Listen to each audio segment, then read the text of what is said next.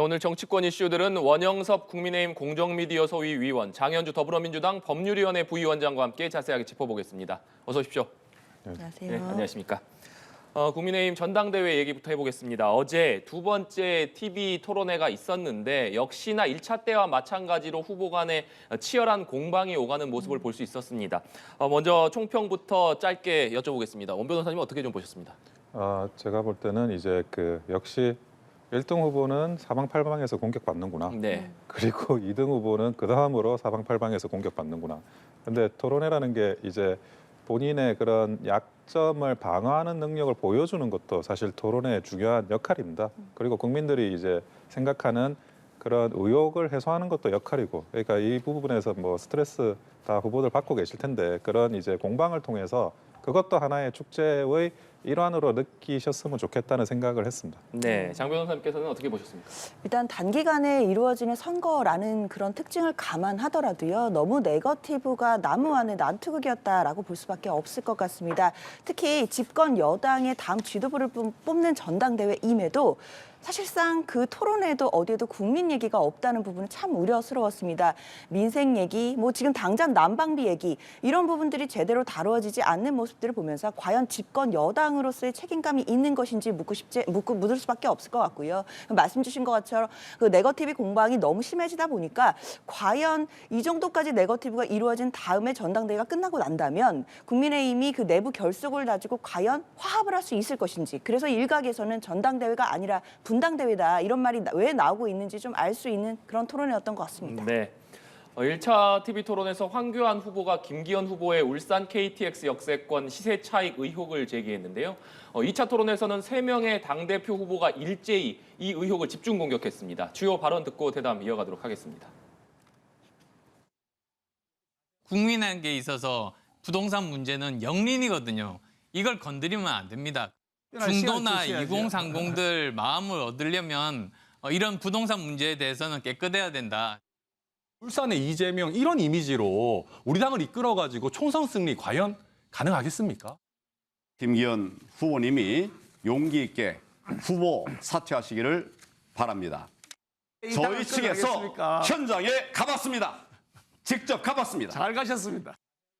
도로의 방향을 바꿈으로써 맹지였던 김 후보의 땅이 KTX 역 앞 대로변의 금싸라기 땅으로, 그래서 권력형 토건 비리라고 말하고 있는 것입니다. 그 토지의 도로가 결정되는 과정에 제가 조금이라도 개입한 불법이 있으면 저는 모든 책임을 지고 정치 생명을 걸겠습니다. 네, 김기현 후보가 자신이 개입한 불법이 조금이라도 있다면 여기에 정치 생명을 걸겠다 이렇게 강경한 입장을 밝혔음에도 불구하고 다른 주자들이 계속해서 이 문제를 좀 파고드는 모습입니다. 이 공방 좀 어떻게 보셨습니까? 우선은 앞으로 정치를 하실 분들은 이 경위가 설명이 석연치 않은 부동산은 매수를 하면 안 돼요. 네. 예. 왜냐하면 왜 그걸 매수했냐라는 것부터 계속 시작을 하는데 나중에는 팔지도 못하고 들고 있지도 못하는 애매한 상황이 발생을 할 수가 있습니다. 지금 이제 제가 이 땅을 한번 좀 봤거든요. 여러 가지 조사도 해보고 네. 했는데, 근데 98년에 본인이 이제 매수를 하고 과수원 용지로, 그리고 이제 25년간 지금 들고 계신 거예요. 근데 과수원 용지 같은 경우에는 논이나 밭하고는 조금 틀린 게 땅이 이제 평평하지 않아도 돼요. 그러니까 여기도 땅이 굉장히 산으로 빼곡 차 있더라고요. 경사지라고 하더라도 이제 과수원을 농사를 할 수는 있는 거니까. 네. 그리고 이제 이 일대의 제가 등기부를 한번 한 6, 7개 정도를 떼봤습니다. 그 계획도로, 그러니까 도로가 난다라는 그 위치에서 김기현 의원의 땅보다 더 좋은 땅들, 그 땅들을 한번 다 떼봤는데 2005년 이후에는 매매가 전혀 없어요, 사실은. 그래서 제가 한 7개 정도 떼봤는데 네. 매매가 없더라고요. 그거는 무슨 말이냐면 이 땅 자체가 그렇게 이제 경제성이 있는 땅은 아니라는 거죠. 그러니까 2008년에 도로 부지가 이제 계획돼가지고 변경됐다라는 취지인데, 그 이후에 그러면 만약 그렇게 비싼 가격으로 변경이 됐다 그러면 계속 손바뀜이 일어나거든요. 거래량이라는 게 있어요. 주식의 거래량처럼. 주식의 거래량도 주식이 상승하려고 할 때는 계속 이제 거래량이 터지는데 그런 거래량이 사실은 없고, 그리고 이제 상수원 보호구역이라고 해서 지금 건물을 지을 수는 없습니다.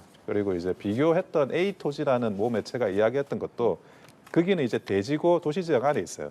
그리고 이제 이 산지 말고 또 배우지가 그 근처에 사실 굉장히 많거든요. 넓고 평평한 배우지가 많아서 굳이 이 땅이 개발이 될까 하는 정도의 수준을 가지고 있고, 그리고 그런 이제 여러 가지 상황을 보면 뭐 투기 목적이나 일부러 그러면 길을 냈거나 그렇게 보이진 않아요. 아마 민주당에서도 그런 부분이 정말 문제였다고 하면 그럼에도 불구하고 이제 문제를 삼아 가지고 계속 정치적으로 공격하고 고소고발을 했을 거라고 저는 보여지는 네. 상황입니다. 근데 전혀 뭐 그렇게 보이진 않는데, 그런데 그럼에도 불구하고 이렇게 그 부동산 문제가 되는 거는 정치인한테는 큰 타격이 됩니다.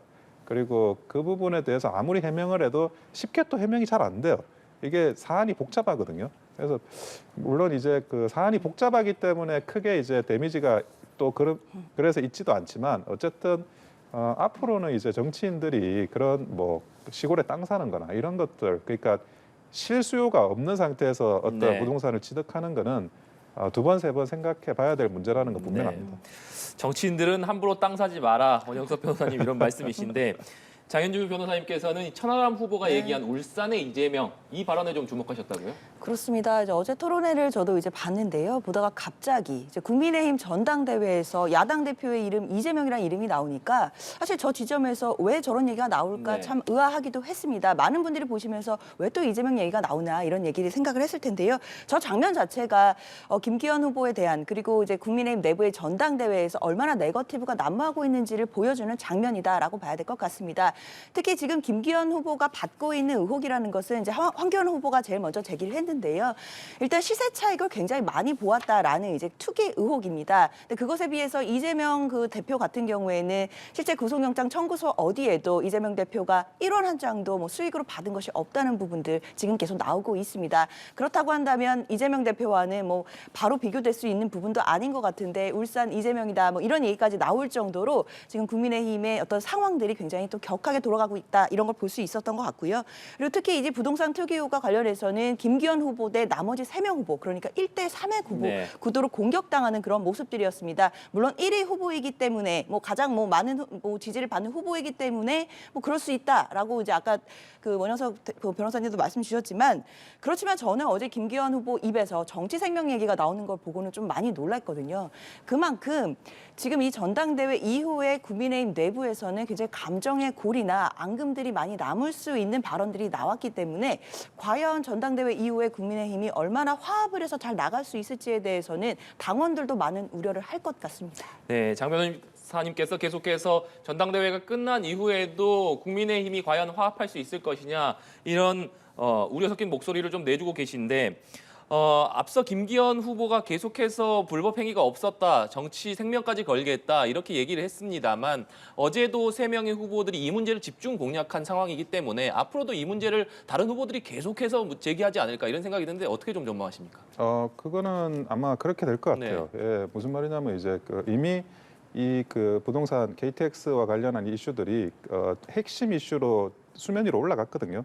근데 그 부분에 대해서 그러면 다른 공격을 또 하거나 다른 이슈로 넘어갈 필요가 있으면 이제 그 이슈보다는 다른 이슈로 넘어가는데 네. 지금 이제 얼마 남질 않았어요. 지금 그 시간도 굉장히 짧고 거기에 비해서는 이제 이 이슈가 가지고 있는 그나마 파괴력이나 아니면 내용상의 풍부함들이 꽤 있기 때문에 이거를 계속 이야기를 만들어 나갈 수 있는 거리는 됩니다. 그래서 사실은 공격하는 입장에서는 좋은 공격하는 입장이 되는 거고, 수비하는 입장에서는 조금 뭐 까다롭긴 하지만 근데 이제 뭐 다른 굉장히 뭐 소고기 법화 같은 굉장히 직관적인 그런 공격 수단이 나오지 않는 이상 네. 이 대세를 크게 좌우하기는 힘든 이슈기도 하거든요. 개발 사업 비리라는 게 대장동도 굉장히 어렵지 않습니까? 한번 들어가 가지고 조사를 해보면 그런 것처럼 이것도 마찬가지라 가지고 물론 이제 그 이슈가 사라지진 않을 것 같고요. 근데 이 이슈만으로 과연 이제 그 대세를 바꿀 수 없다는 거는 나머지 공격하는 3명의 후보들도 인지는 하고 있으셔야 될 것 같아요. 네. 이 울산 KTX 역세권 시세 차익 의혹과 더불어서 안철수 후보와 김기현 후보 간 맞붙은 지점 중 하나가 차기 총선의 공천 문제입니다.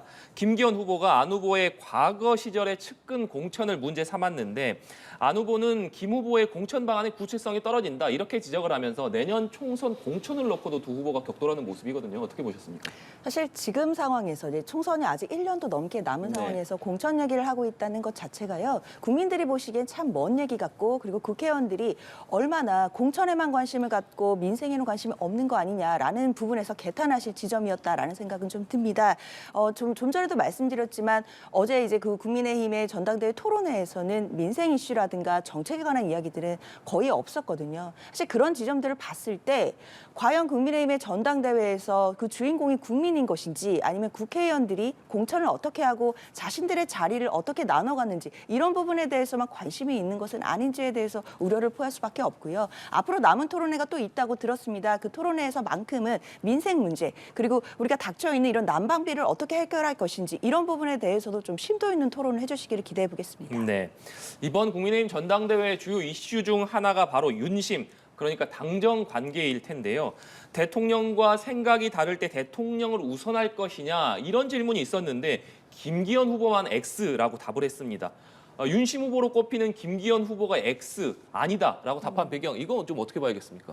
아마 뭐 정말 저 말대로 X를 그대로 실행하고 그럴 거다라고 생각했으면 아마 그 핵심 실세에서 벌써 반응이 나왔어요. 네. 사실은 저 정도 이야기는 아마 내부적으로도 이 정도로 이제 이야기를 할 수 있다라는 거에 대해서는 서로 다 그 이심전심 양해가 돼 있는 것 같습니다. 무슨 말이냐?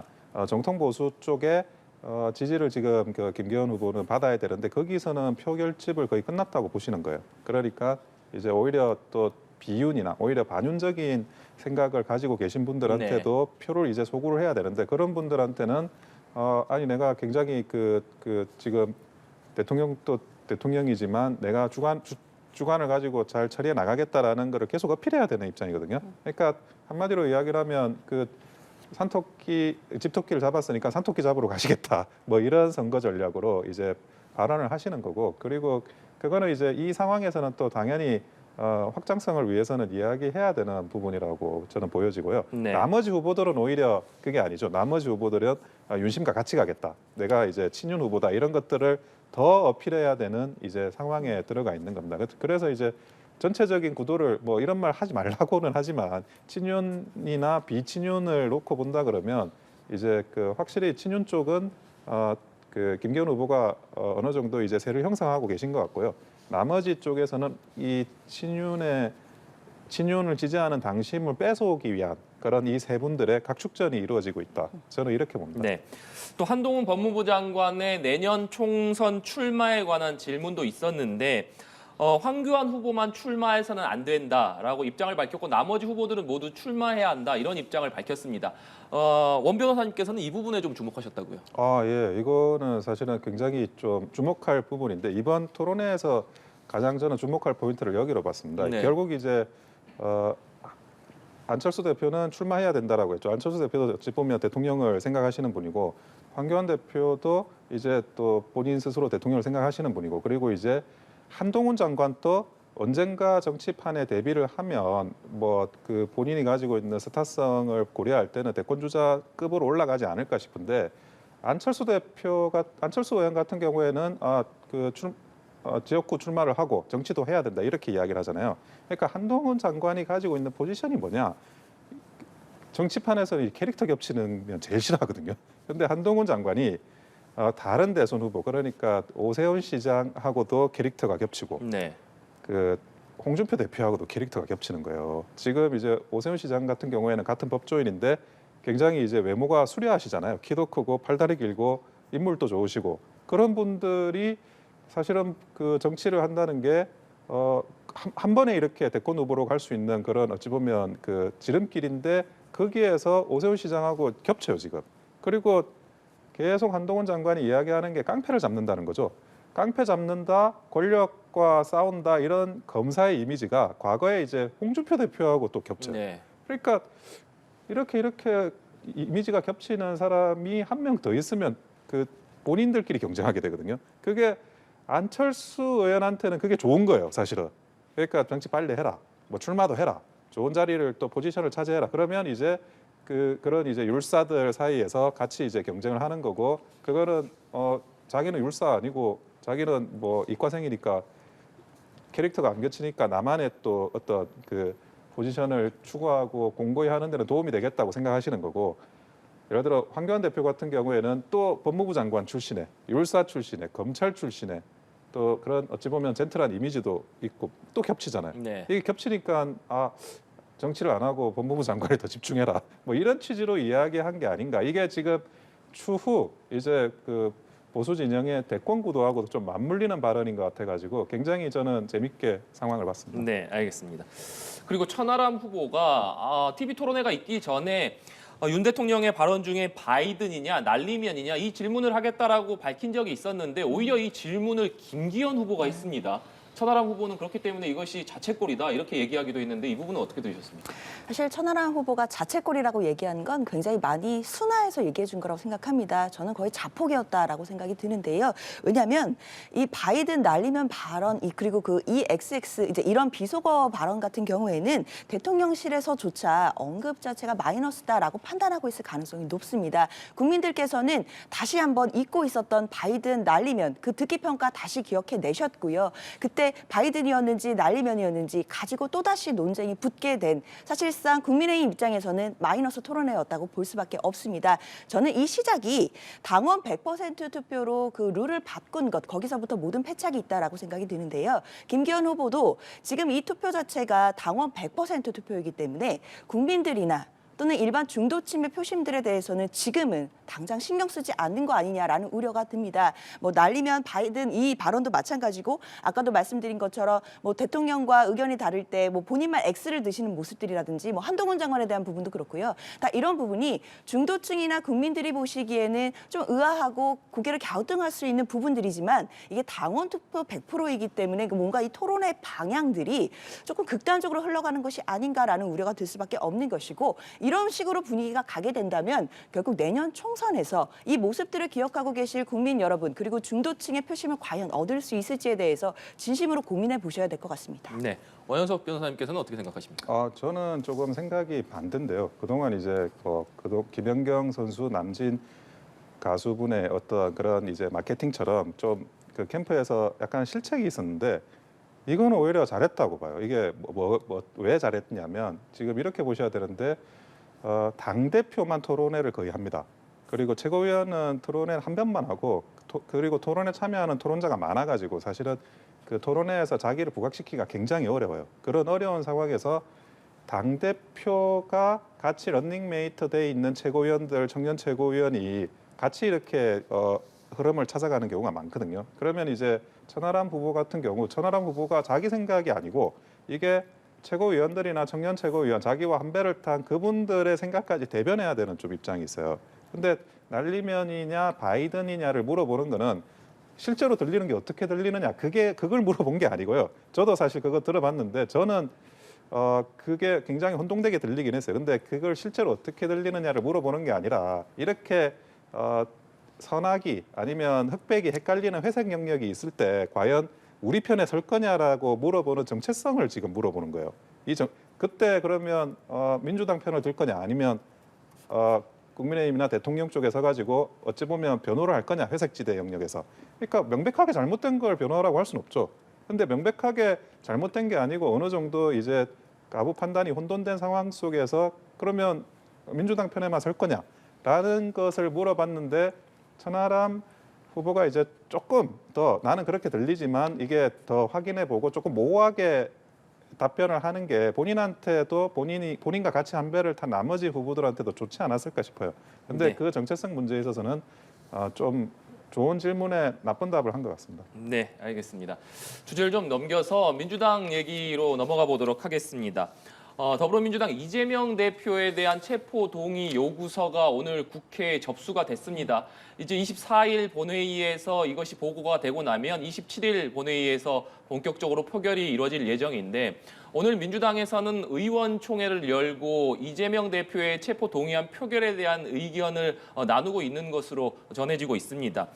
처음에 이 의원총회에 이재명 대표가 참석을 했었는데 비공개로 모두 발언을 한 뒤에 지금은 이재명 대표가 퇴장을 했고 남아있는 의원들 사이에서 뜨겁게 논의가 이루어지고 있는 것으로 전해지고 있습니다. 의원총회에 참석했던 의원이 전해준 바에 따르면 이재명 대표가 지금이 역사적 분기점인 것 같다라는 말을 했다라고 합니다. 그러면서 검찰의 구속영장 청구에 대한 세부적인 사안에 대해서 입장을 하나하나 모두 설명했다라고 하는데요. 장 변호사님, 현재 민주당 의원총회에서 이재명 대표가 나간 상태고 의원들끼리 활발하게 체포 동의안 표결의 여부에 대한 얘기를 좀 나눌 것 같은데 어떤 의견들이 오갈 것으로 예상을 하십니까? 일단 민주당 내부에서는 뭐 친명계다, 비명계다 이런 부분들이 언론을 통해 좀 확대 해석해서 보도되는 경우들이 있지만 대부분의 의원들이 지금 이 수사 자체가 너무나 과도하고 그리고 야당 대표를 향한 정적 제거를 위한 수단이다라는 부분에 대해서는 대부분 동의하고 계십니다. 특히나 이번 구속영장 청구서 같은 경우에는 여러 부분에서 좀 부족한 부분들도 있고 그리고 좀 논리가 부족하거나 이것으로 과연 영장이 발부될 수 있을 정도로 요건이 있는지에 대해서도 좀 말이 안 된다라는 평가들도 또 나오는 부분이 있기 때문에요. 그런 부분에서는 의원님들이 많은 동의가 있으신 것 같고 다만 이것을 당론으로 정할지 여부에 대해서는 좀 의견들이 갈리는 것 같은데 저는 개인적으로 생각했을 때 어차피 무기명 투표이기 때문에 당론으로 정하는 것 자체가 크게 실익이 없습니다. 그리고 당론으로 정하지 않더라도 이미 지금 당 내부에서 퍼지고 있는 인식 자체는 이 수사가 부당하다는 부분에 대해서는 많은 동의가 있기 때문에 압도적으로 부결이 될 것으로 예상하는 분위기가 많다고 전해드리겠습니다. 네.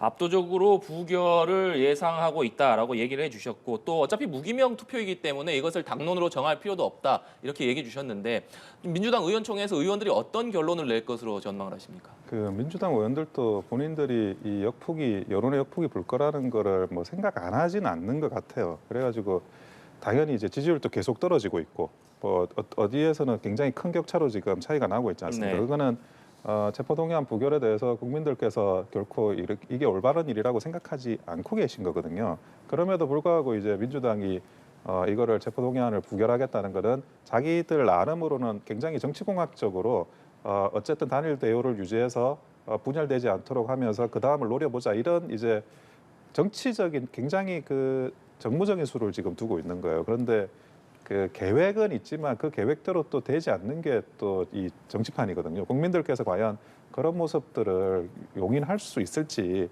그리고 이제 민주당에서 제가 볼 때는 분위기는 이미 다 잡혀가지고 의원총회를 연다 그래가지고 뭐 이견이 있거나 토론이 활발하게 될 것 같진 않아요. 토론이 활발하게 될 것 같지는 않고 그냥 이대로 그냥 진행이 되는 건데 근데 내년 총선은 멀리 남아 있다라는 안이한 생각으로 하시는 것 같은데 이 내년 총선 때 절대 국민들께서 이 오늘의 체포동의안 아니 27일에 있는 이 체포동의안 부결과 가결에 대한 결론을 잊지 않을 거다. 저는 그렇게 말씀드리고 싶습니다. 네. 어제는 리얼미터에서 정당 지지도 조사 결과가 나왔었는데 여기서 민주당이 굉장히 국민의힘보다 낮은 지지도로 조사가 되면서 이것이 이재명 대표의 사법 리스크가 현실화되면서 민주당 지지도가 좀 떨어진 것 아니냐 이런 분석이 나오기도 했거든요. 그렇기 때문에 실제로 이재명 대표에 대한 체포 동의안이 부결될 경우에 이 민주당 지지도에 또 영향을 미칠 수밖에 없다 이런 전망들도 나오는데 이 부분은 어떻게 보십니까? 사실 여론조사는 또 여러 업체에서 지금 진행이 되고 있고요. 그리고 여론조사 결과에 대해서는 어떤 것만이 원인이다 말하기는 좀 복잡한 여러 가지 또 비교 상수들이 있습니다.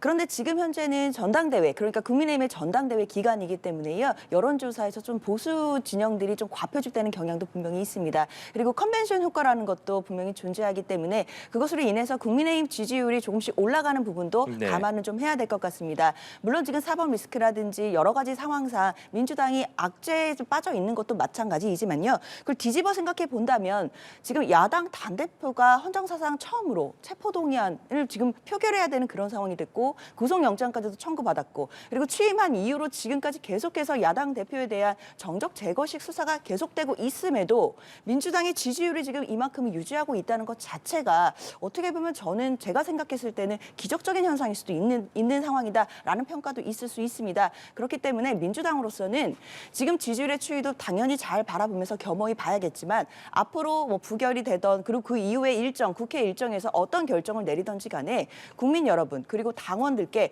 이런 부분들을 어떻게 보고 드리고 설명하고 그 마음을 얻을 것인지 그런 부분에 대해서 항상 신중히 고민해야겠습니다. 네. 지금 민주당은 2월 임시국회가 끝나는 대로 즉각 3월 임시국회를 열어야 한다. 현재 민생 현안들이 많이 있기 때문에 즉각 국회를 열어서 일을 해야 된다. 이렇게 주장을 하고 있습니다만 국민의힘에서는 3월 1일에 국회를 바로 열면 이것이 이재명 대표를 위한 방탄의 목적이 있는 것 아니냐. 그렇기 때문에 6일이나 13일부터 임시국회를 열어야 한다. 이렇게 날짜를 놓고서도 공방을 벌이고 있는 모습입니다. 3월 임시국회를 열어야 되느냐 말아야 되느냐. 처음에는 이런 공방이 있었습니다만 일단은 국민의힘에서도 3월 국회를 열어야 한다는 데는 동의를 한 것 같습니다. 다만 이 날짜를 놓고 이견을 보이고 있는 것 같은데 이 부분은 어떻게 생각하십니까? 그게 그 불체포 특권이 그 회기 내에서만 네. 유지가 됩니다. 그게 회기 내에서만 유지가 되고 회기가 아닌 경우에는 일단은 구속영장이 집행되고 다시 이제 국회에서 의결을 해가지고 그분을 석방시킬 수는 있어요. 그런데 한번 들어갈 때 그걸 막는 걸 쉬워도 이미 들어가 있는 사람을 꺼내는 거는 정무적인 부담이 엄청나게 크기 때문에 거의 사실상 불가능한 경우거든요. 그래서 이제 불체포 특권을 하려면 어떻게든 회기를 계속 연장해 나가는 식으로 처리할 수밖에 없는데 근데 구속영장 청구가 이번 한 번으로 끝날 거냐의 문제가 있어요. 또 한 번 더 들어가는 게 아니냐라는 것들을 이제 민주당도 또 생각을 하고 있는 네. 거거든요. 그래서 회기를 어쨌든 공백이 없도록 최대한 만들려고 하는 게 그 지금 이재명 대표를 둘러싼 이런 신변과 관련한 문제에서 민주당의 핵심 전략이라고 봅니다. 그 차원에서 쉬지 않게 회기가 쉬지 않도록 만들려고 해 나가는 것 같습니다. 네, 장현주 변호사님 얘기 들어보겠습니다. 사실 주호영 원내대표의 이런 이야기 때문에 민주당에서 자꾸 국민의힘에게 검찰 돌격되냐 이런 얘기를 하는 겁니다. 3월 국회는 원래 국회법상 열게 돼 있습니다. 상시 국회 제도이기 때문인데요. 그런데 주호영 원내대표가 3월 6일이나 13일부터 열자 그 얘기는 한 일주일 정도는 회기가 없는 기간을 둬서 영장 청구가 오면 영장 실질 심사를 받게 하자 그런 포석이 깔려 있는 것 같은데요. 그럼 제가 되묻고 싶은 건 국민의힘의 원내대표께서는 그럼 검찰이 3월 첫 주에 구속영장 청구한다는 방침을 알고 계신다는 의미인 것인지 아니면 그렇게 할 것을 원하면서 그 검찰의 어떤 영장 청구 그런 플랜에 동조를 해줘야 되기 때문에 그 일주일을 띄워둬야 된다는 주장을 하시는 것인지 이런 이야기가 나오기 때문에 민주당으로서는 국회는 국회 일을 하면 되는 것인데 왜 검사의 돌격대를 자처하느냐라는 비판이 나올 수밖에 없는 지점이라는 것 좀 명심해 주셨으면 좋겠습니다. 네. 마지막으로 오늘 국회 환경노동위원회 전체 회의를 통과한 이른바 노란 봉투법에 대해서 짧게 짚어보겠습니다. 파업을 벌인 노조에 대한 기업의 손해배상 청구를 제한하는 내용을 핵심으로 하고 있는데 민주당과 정의당 주도로 오늘 국회 환경노동위원회 전체 회의를 통과했습니다. 국민의힘은 강하게 반발하면서 회의장을 퇴장했는데 오늘 노란봉투법 통과의 의미는 뭐라고 봐야 되는지 또 앞으로 노란봉투법 처리 전망은 어떻게 보시는지까지 여쭙겠습니다. 이거 굉장히 큰 어찌 보면 그 정무적인 의미가 있는데요. 기본적으로 민주당의 지지 기반이 노조예요. 네. 그러니까 노조원들의 표를 최악의 상황으로도 유지를 하겠다. 노조가 좋아하는 법률을 꼭 입법시켜가지고 어떻게든 노조한테 그래도 민주당이 있어야지 어떤 식으로든지 풀어나갈 수 있지 않냐라는 거를 각인시키는 거고 그리고 한 가지 더는 이제 그 이번 하반기가 경제적으로 큰 문제가 발생할 수가 있어요. 그러면 이제 그동안 고금리 상태를 어떻게든 지금 이 상태에서 메꾸고 있는데 이게 하반기에 여러 가지 경제적인 문제가 발생할 수 있는 가능성이 있는 이런 상황에서 제일 이제 정부한테 큰 타격이 되는 게 노조의 총파업입니다. 노조가 안 그래도 경기가 어려운데 총파업을 하게 되면 더 사실은 그 힘든 상황에 몰리거든요. 그런데 그런 것까지 고려해가지고 미리 지금 노란봉투법이라는 수를 선제적으로 두고 있지 않나라는 이런 아주 좀 불길한 우려가 드는 게 사실입니다. 네. 장현주 변호사님. 사실 원 변호사님께서 너무 이제 미래 일까지 구체적으로 좀 걱정을 해주셨는데요. 사실 저는 그런 부분보다는 노란봉투법의 본질을 좀 봐야 될 것 같습니다. 이 법 자체가요. 손해배상 청구를 자체를 금지하는 법이 전혀 아닙니다. 특히 폭력이라든지 이런 불법 집회에 대해서 불법 쟁의 행위에 대해서는 손해배상 청구 가능합니다.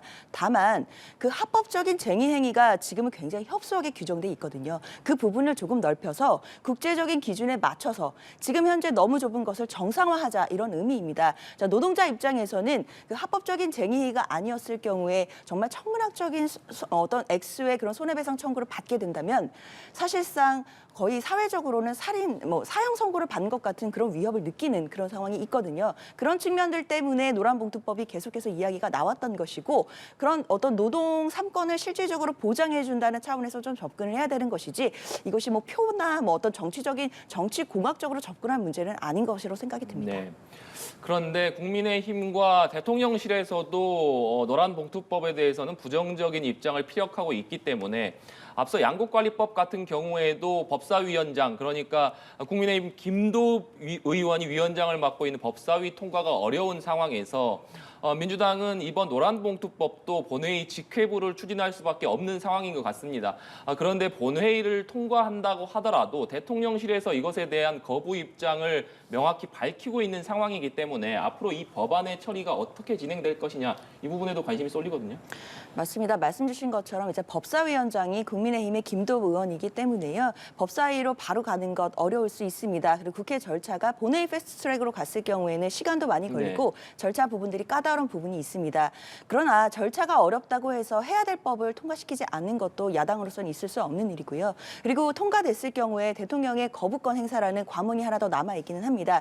그러나 결국 민심을 이기는 정치인은 없습니다. 이 부분 노란봉투법에 대해서 국민적인 이해와 그리고 민심을 얻게 된다라고 한다면 대통령께서도 거부권 행사하는 것 정치적인 부담 때문에 어려울 것으로 예상이 됩니다. 네, 원현석 변호사님 말씀 짧게 듣고 마무리하겠습니다. 예, 이거는 사실은 사유재산권을 침해하고 기업의 정당한 활동을 완전히 막는 법입니다. 그래서 먼저도 이제 위헌적인 법률이다라고 이미 의사표시를 하셨고요. 그리고 이제 이 부분에 대해서는 거부권을 행사할 수밖에 없고 그리고 그 거부권이란 것도 이런 위헌적인 법률이 통과되는 걸 막으라고 존재하는 제도거든요. 그런 이제 오로지 정치적인 이해관계만으로 입법이 이루어지는 그거에 대한 최소한의 제동장치로 거부권이 활용될 것 같습니다. 네, 알겠습니다. 지금까지 원영섭, 장현주 변호사와 함께 오늘 정치권 이슈들 다뤄봤습니다. 오늘 말씀 고맙습니다. 감사합니다.